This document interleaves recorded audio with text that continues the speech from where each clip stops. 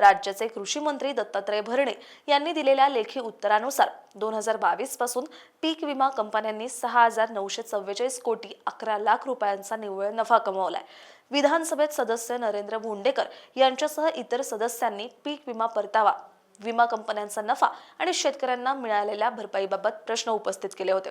सरकारने दिलेल्या माहितीनुसार 2016 ते 2026 या कालावधीत शेतकरी, राज्य सरकार आणि केंद्र सरकारकडून एकूण 55,426 कोटी रुपयांचा विमा हप्ता जमा झाला। त्यापैकी 39,918 कोटी 3 लाख रुपयांचा विमा परतावा शेतकऱ्यांना देण्यात आला। सरकारने असंही स्पष्ट केलंय की 2022 पासून विमा कंपन्यांचा नफा विमा हप्त्यांच्या 20% मर्यादित करण्यात आलाय।